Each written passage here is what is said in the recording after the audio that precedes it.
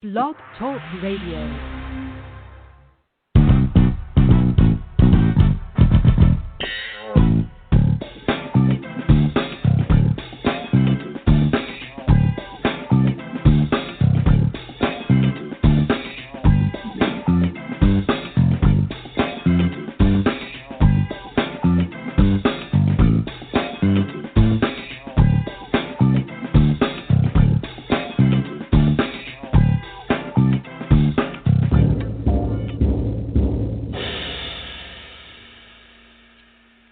Today is Monday, November 2nd, 2020, and this is Foxology. I am Silver Ray Fox, your host.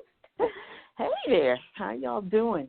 It's pre-election day, and the anxiety and anticipation is building about those results tomorrow. I know I'm feeling it. It's going to be a great day, though. I'm declaring it. I'm decreeing it.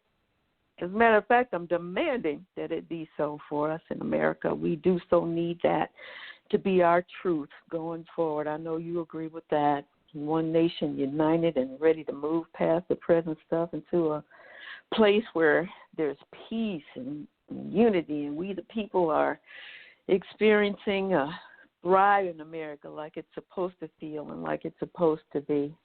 It seems like very much like we've lost our footing in so many ways. But, you know, we are a get back up, come back up kind of people, and we shall overcome this present difficulty. And what's been somewhat of a dark time, I guess I would say. I don't like using that word, but, you know, some things just aptly describe it. We've lost footing.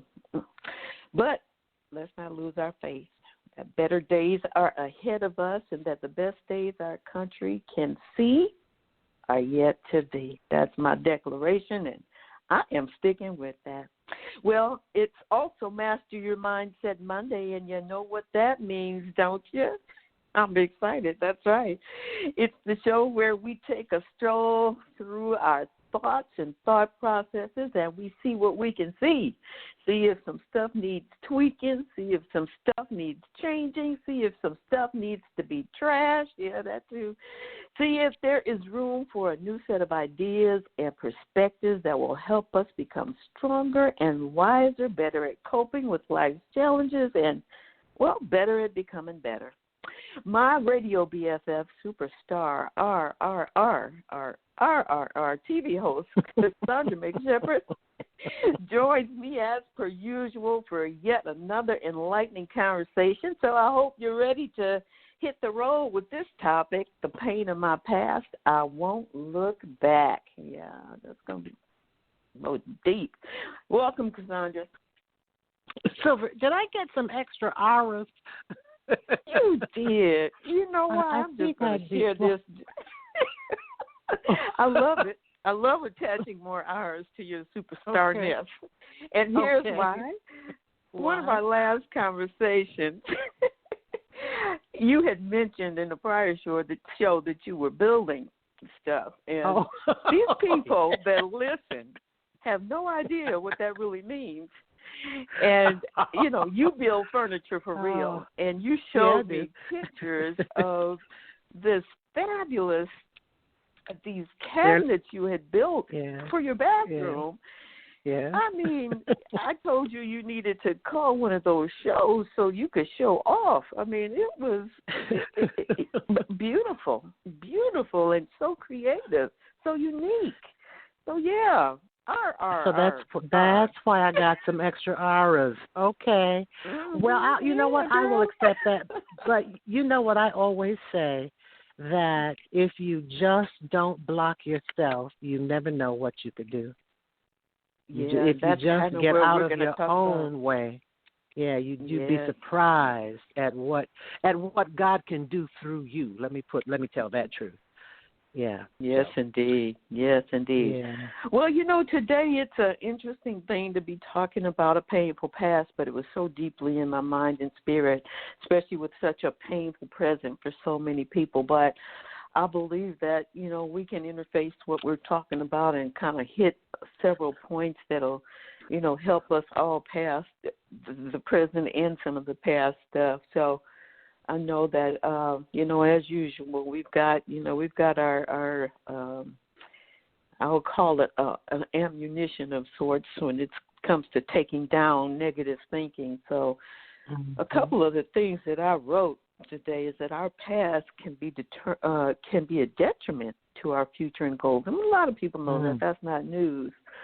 But it's a truth, and it's a truth that we really do have to work on tearing down. We don't always think about what those things are, but we'll get into that a little bit more in a minute. Our past can be an anchor in our mind, heart, and soul. Deep stuff. So we'll hit on that. And our past can limit how it can go, just like you were just saying. Who knew that all that superstardom was in you? Goodness. And that's only a part of it. One day we're just going to make the show about you because I'm telling you. Yeah, let's do that. You just don't know. It'd be so much fun. It's so much fun. I know a lot more about you than most people, and I sure know how to spotlight all of it too. So you're going to let me do that. I follow your lead. So, but for now, let's talk about this. You have said two things already that I have jotted notes down because there's something so powerful in the way we perceive these things. So I'm waiting for you. You just let's talk about this because this is going to be powerful. Yes, indeed. Well, if you want to jump right in, you can. We're going to be doing an acronym using PAIN, but you're certainly welcome to say what you want to say right now. Well, you talked about dark days, and that you said I don't even like to use that phrase, dark days. But let's talk about what the dark represents, or what the dark is, or how we react to it. In the dark, usually, oftentimes, that is a lack of vision, a lack of sight, a lack of understanding. And because we therefore feel uncomfortable, we tend to judge it as wrong or fearful or detrimental or dangerous or any one of those things, which does not have to be the case. You also talked about the pain can be very detrimental to the future, and that's because we create our lives, our experiences by our thinking. And the past can be detrimental to the future. And if we are constantly thinking about and hanging on to and clinging on to and recreating, therefore, the past circumstances and situations, we would definitely be stuck. So in the dark, be still and know. Just be still. And it's okay to say, I don't know what this is, but I know whose I am. And as far as the past goes, bless it and let it go, because when you know better, you do better. That's natural. But you can't know anything different if you continuously insist upon repeating the past. That's true. I'm glad you brought that up that way, because so many people will refer to what they've been through as, I have a dark past. They'll say it that way. And, you know, that covers a lot of ground. And you and I are not going to pretend like we know every single dark thing about anybody, but what we talk about is how to get yourself into the light. That's what we do. So let's start with talking about, I told you an acronym, PAIN. The P, I have push past the pressure. And what, you just mentioned some things that are pressure things that are on our minds and our hearts and in our souls when it comes to trying to advance in life. And some of the things that came to me are some of the learned behaviors that we have. And sometimes we are surrounded, and many of us, many of us have been surrounded by people or circumstances that don't lead us out of forgetting about what has happened to us or what we've been through or how it is holding us back, because we're believing only what we've experienced and only what we see, and the people around us don't seem to be doing anything that is monumental or creating any avenues or pathways for themselves. So, when we think about going past the pain of our future, we just kind of look around sometimes and think, well, nobody's getting out of this. Here we are. We live here. We were born here. This is it. But you got to push past the pressure of how that feels, because circumstances can often be a lie. Behaviors that you have learned are just that, and you can break through those. You have to realize that, and that's what I mean when I say about the light. When you get the understanding that this is what it is, but there is something else that's outside of it, you may be looking at some circumstances that were, where you were, but if you look at a bigger world and see other people doing other things than the people you might be surrounded with, you can realize that's real. I remember when I had that epiphany. That's real. Those people are doing what they're doing. I'm not watching some kind of imaginary thing going on. These people are doing stuff. They're doing things that matter. They're doing things that are significant. They're becoming successful in their own right because they saw past their past. And so we have to. It feels like pressure because but the thing is, you're only weighting yourself down. WEI. You're weighing, yes, yes. Weighing, yes. Weighing, yes, down yes. With that. It's not something that's really being pushed up against you. Life is happening to everybody pretty much in the same way, believe it or not. Nobody's exempt from the pressures and the pushback that you get when you're trying to do something. I don't care what level of life you are. The pushback, the pressures are always there. Some people may have money and more savvy and know ways to get beyond it that you may not possess. But the point is, you have to push. You have to use pressure against whatever pushback you've told yourself exists. Realize that, and Cassandra, you often use this phrase, you say it's not real. It's not. Yeah. It's only real when you make it a real thing. You can just let go of where you were and push back. Do your own pushing back to push forward. Okay, you go, Cassandra, because I could hear you just waiting to say something.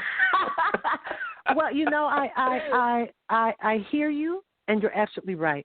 Let's break this down and talk about what this might. It would certainly be determined by or depending upon what somebody feels is a dark past or a difficult thing. I mean, the reality is if falling down were a crime, we'd all be guilty. As children, when we were trying to walk, we all took a spill. It's just the way we learn to get up and walk. And so whatever it is that a person might be holding on to or whatever albatross is on their back, take a look at that for real. And again, I am such an advocate of writing things down because it is, first of all, a discipline to park and position yourself in one place with pad and pen, pencil, or whatever, and to hone your thinking to a specific end. So take a look at whatever it is that you might feel is so bad. I would say write it down, and then write down what you would have done differently if you knew how to at that time, and then figure out a way to bless it, forgive yourself for it, and let it go. Because as you said, Silver, as you are approaching a new thing or having a new thought or reaching for something that is higher or greater or different, it is certainly naysayers who cannot help but show us how we present to them. So when you get a new revelation, they will see you in this new light or they will leave you alone. And other people will begin to see you clearly. So So write it down, and then hold on one second.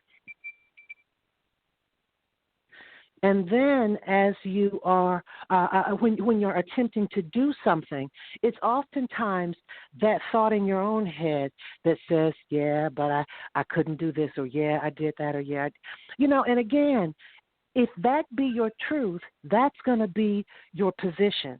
But that is so, at any point in time when you say, yes, I can, you can. I went, as you talk about the cabinets that I built, I went out to buy them in the store because I thought that would, be a quick fix. I was going to buy them from IKEA and be prepared to put them together. And when IKEA didn't have them or not much else for that point, I came home and I said, I can do this. Had I built them before? No, I had not. But I went to the hardware store and got some wood. I knew that was where I needed to start. And every step along the way, as I am creating something, I am allowing the process to unfold. And that's, as it comes to doing a new thing or a different thing, you got to be open at the top. You got to be on your own side. And you probably should leave other people out of that business so you can figure you out. And then bring everybody in to see what a good job you did once you figure it out. But you really got to look at that thing and find a way to forgive whatever you're holding on to. Bless it and let it go. Because as you said, Silver, when you decide it's okay, it is okay. Period. Mhm. Mhm. Unfortunately, we live in a world where so many people are seeking approval and affirmation that they find it difficult to do what you just described, but it's on point. It's absolutely on point.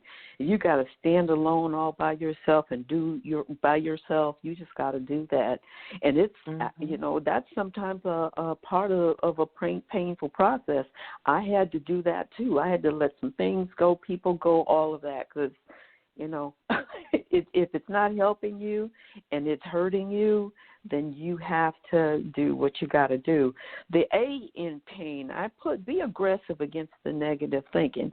And, here's the thing that I feel about negative thinking, especially if it starts to try to make some room into my world. To give you a visual, I don't know if you've seen these memes on Facebook, but it says something like, if this was this, and there's a picture of what it would look like. Well, if me fighting negative thinking was an image, I'd look like a terrorist. That's how serious I am about it. I'm sorry. That's hilarious. And I get it. I so get but it's true. Yes, I know that. That's why, yes. Seriously, wow. I just don't have room for it, and here's the thing. When I look back over my past, it's mixed with a lot of stuff. It's so much to break it down. That's not what this show is about, but it's been a lot of stuff. And so when I think about how to get through, push through, make it through, get over, around, all of that, negative thinking did not serve me at all. It does not serve me now. And so I don't have time, literally, I don't have time to deal with that because it so lacks purpose as far as the things that I want to do. It lacks purpose, and it lacks process. It lacks progress. And when you begin to understand that, then you don't entertain it. The moment something comes to you, you have to pull out your own mental ammunition and say, oh, it is not so. It is not going to be. No, that's not going to happen. No, I don't believe that. No, I'm not that. Whatever you have to do to be aggressive. And I did not say just, try to think a new thought. I meant be aggressive about getting rid of those thoughts because they will not serve you with any good purpose at all. It's not easy to do it, but, you get to a point where you see that now you're 2 years, 3 years, 5 years, 10 years, 15 years down the road from doing something that you wanted to do because you held your own self back. Yeah. It's a bad feeling.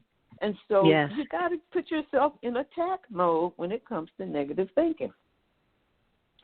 So again, Silver, let's break this down. What would that look like? Oftentimes we are we're so susceptible. We are so affected, and it is the human condition. We are affected by anything that we see, hear, witness, experience. We are affected by all of that. And as it comes to reaching for a higher or a better feeling, we hopefully will begin to watch what we are seeing, conversations that we are having, the things that we are reading, the things that we are listening to, because all of that stuff gets in your mind and calls for some kind of discernment. And it is so easy to fall down the rabbit hole of hell's gone wrong. It is so easy to get caught up in the headlines and caught up in the fear and caught up in the despair and caught up in all of these things. And you're right, you have to be aggressive in fighting them, but hopefully also aggressive in terms of what you let into your consciousness. We need to stand at the doorway of our own minds and not just let anything in.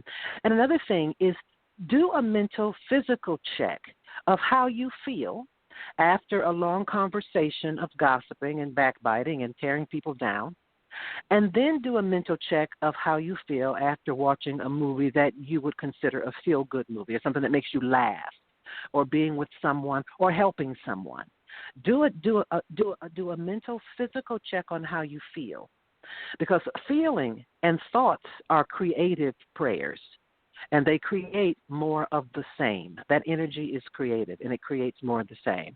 But but a lot of times, even though you get caught up in the moment, especially if it's someone that you have perceived has hurt you, and you can spend hours with somebody just rewriting their life, but it does not help you. It does not make you feel any better, and it is really a waste of valuable time. That is so true. So true. Well, listen, I'm going to go to and I just realized something very interesting, Cassandra. I'm looking at the board, and I thought that I had scheduled this show for an hour, and I just went in trying to extend the time, and it won't let me do that.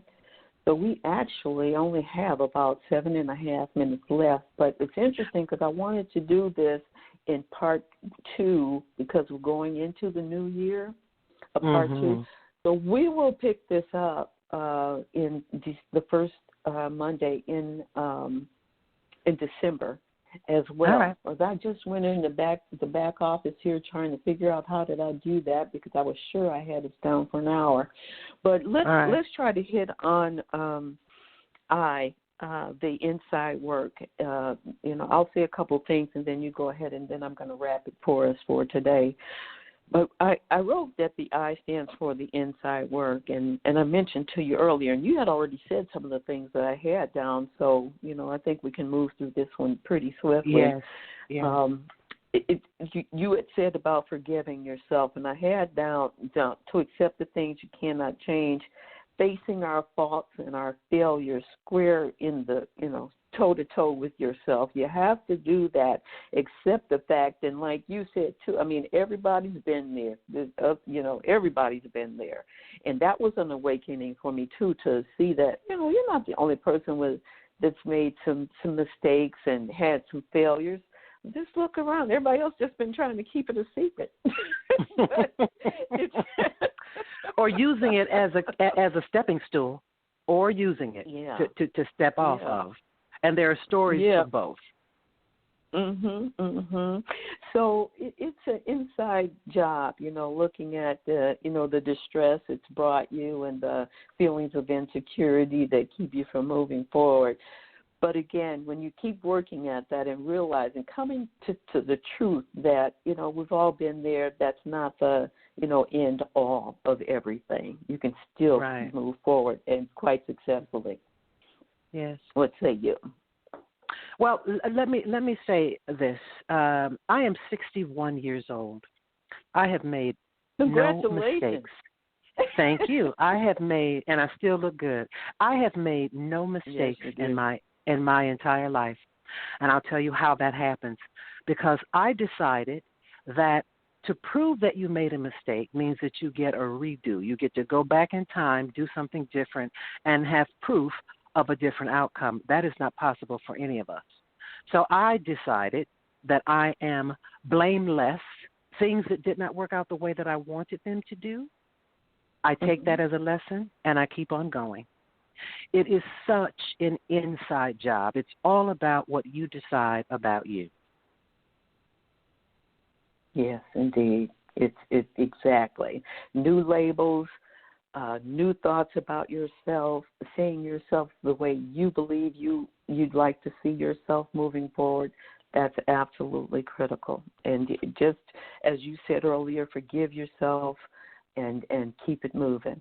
And you know, I see wonderful stories about people who have made that decision and made such tremendous progress in their lives past that you wouldn't believe people could get by, but they did. Absolutely. They absolutely did. You know, I'm going to do in, Cassandra, because it's only one statement from me, and you can say what you want to say, and all right. We'll be looking at doing part 2. But I have for in, never look back other than to see that you're not on replay or repeat.